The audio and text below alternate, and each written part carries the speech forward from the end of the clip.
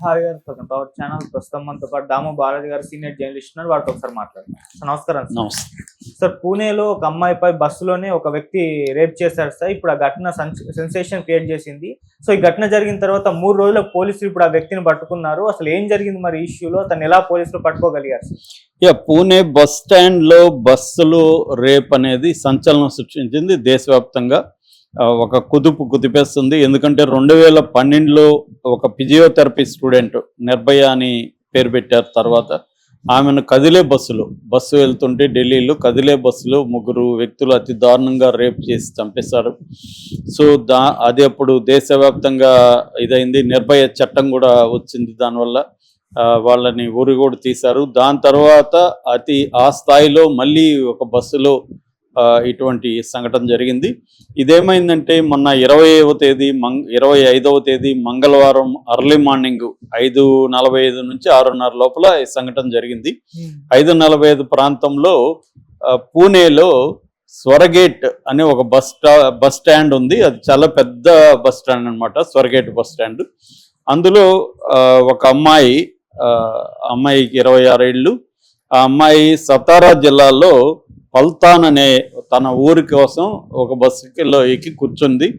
So కూర్చొని ఉంటే ఒక 37 ఏళ్ల కుర్రవాడు వచ్చాడు. అతను చాలా అందంగా బాగున్నాడు, స్మార్ట్ గా.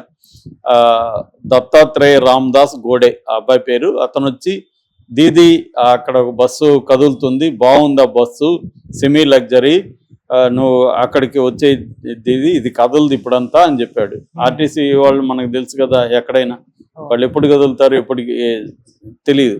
డ్రైవర్ వాళ్ళు లేరు, బస్సు అక్కడ ఉంది, ఎక్కువ మంది లేరు. సో ఆ అమ్మాయి ఫస్ట్ డౌట్ పడింది. కానీ ఇతను మాట్లాడిన పద్ధతి, ఇతను చాలా జెంటిల్గా చాలా మర్యాదగా మాట్లాడి తన మీద ఏదో కన్సర్న్ ఉన్నట్టుగా అడిగి మా అమ్మాయిని పక్కకు తీసుకొచ్చాడు. ఆ బస్సు సపరేట్గా ఉంది ఒక బస్సు. సో ఆ బస్సు ఏంటంటే శివసాహి బస్ అంటారు దాన్ని. శివసాహి వెళ్ళే bus, semi luxury, AC bus. అందువల్ల ఏసీ బస్సులో మనకి కంప్లీట్ క్లోజులు ఉంటాయి, ఇట్లా డోర్స్ తీయడానికి, గ్లాసెస్ తీయడానికి లేదు. అలాగా ఉంది. లోపల దగ్గరికి వెళ్ళినాక అమ్మాయికి డౌట్ వచ్చింది, లోపలంతా చీకటిగా ఉందంటే అలా అక్కడ బస్సులో నిద్రపోతున్నారు, అందుకని లైట్లు ఆఫ్ చేస్తున్నారు అని ఇతను చెప్పాడు. చెప్పినాక సరే అని అమ్మాయి సందేహంగానే బస్సు ఎక్కింది. ఎక్కగానే ఇతను ఇమీడియట్గా ఎక్కి డోర్ లాక్ చేసుకున్నాడు. డోర్ లాక్ చేసుకుంటే ఇంకా ఆడ కర్టన్ కూడా ఉనింది, పైగా లోపల లైట్ లేదు కదా. సో ఈ అమ్మాయి అరవక ముందే అమ్మాయిని నోరు మూసేసుకున్నాడు. ఆ అమ్మాయిని సీట్లోకి పెట్టేసి అమ్మాయిని రేప్ చేసి అతను వెళ్ళిపోయాడు. ఇదంతా ఒక 1/2 అవర్ మధ్యలోనే జరిగిపోయింది. సో జరిగినాక అమ్మాయికి ఏం చేయాలో తెలియదు, షాక్కు గురైంది. దాని తర్వాత వాళ్ళ ఫ్రెండ్కి ఫోన్ చేసింది. అమ్మాయి కూడా వాళ్ళ ఊరికి వెళ్తుంది బస్సులోనే. అమ్మాయి ఎన్నో బస్సులోకి వెళ్ళిపోయింది, ఎక్కి కూర్చుంది. ఫస్ట్ అమ్మాయికి కూడా చెప్పాలనుకోలేదు. అమ్మాయి ఎవరికి చెప్పొద్దని అనుకున్నది, కానీ అమ్మాయికి వల్ల కావట్లేదు, ఏడుపు అంతా ఉంది. దాంతో అమ్మాయి అడిగింది, ఎందుకు, ఏమైంది నీకు, ఇలా ఉన్నావని. ఇప్పుడు అమ్మాయికి చెప్పింది భయపడుతూ.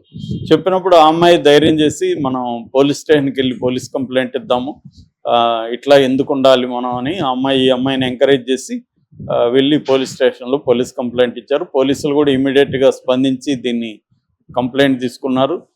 ఒక్కసారిగా ఎప్పుడైతే ఇది జరిగిందో ఇది న్యూస్ లీక్ అయిపోయింది, మీడియాకి అయిపోయింది. అక్కడ మీడియాలో బ్రేకింగ్ వచ్చేసింది అన్ని చోట్ల.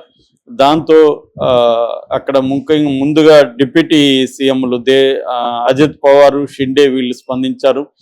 ఆ తర్వాత దేవేంద్ర ఫడ్నవీస్ ముఖ్యమంత్రి స్పందించారు. ఈ లోపల ప్రతిపక్షాలు దీని మీద పెద్ద ఎత్తున గోల్ చేయడం మొదలుపెట్టాయి. అట్లాగే మహిళా సంఘాలు కూడా పెద్ద ఎత్తున ఆందోళనకు దిగాయి. ఇమ్మీడియట్గా అరెస్ట్ చేయాలి, ఇంత ఘోరమా, అది కూడా ఏంది, పోలీస్ స్టేషన్కి 100 మీటర్లు కూడా లేదు ఈ bus stand. So police station 100 మీటర్ల దూరంలో ఒక ఆర్టీసీ బస్ స్టాండ్లో జరగడం. ఆర్టీసీ బస్ స్టాండ్ అంటే జనం ఉంటారు పెద్ద ఎత్తున. మార్నింగ్ అంటే 5:30 కంటే జనం ఆ టైంకే ఫుల్ రద్దీగా ఉంటాయి బస్సులు. ఆ టైంకి చాలా బస్సులు వెళ్తుంటాయి. అలాంటి దీంట్లోనే జరిగిందంటే ఇంకా రక్షణ ఎక్కడుంది స్త్రీలకు అన్నట్టుగా ఆందోళన మొదలైనవి. దీంతో ఫడ్నవీస్ కూడా దీని మీద సీరియస్గా తీసుకొని పూణే ఎస్పీ అమితేష్ కుమార్ని టీమ్స్ ఫామ్ చేయమన్నారు. మొత్తం 13 టీమ్స్ని ఫామ్ చేశారు. 13 టీమ్స్ని ఫామ్ చేసి ఆ అమ్మాయితో ముందుగా మాట్లాడితే అబ్బాయి ఎలా ఉంటాడో అని చూశారు. దాని తర్వాత సీసీటీవీలు చూశారు.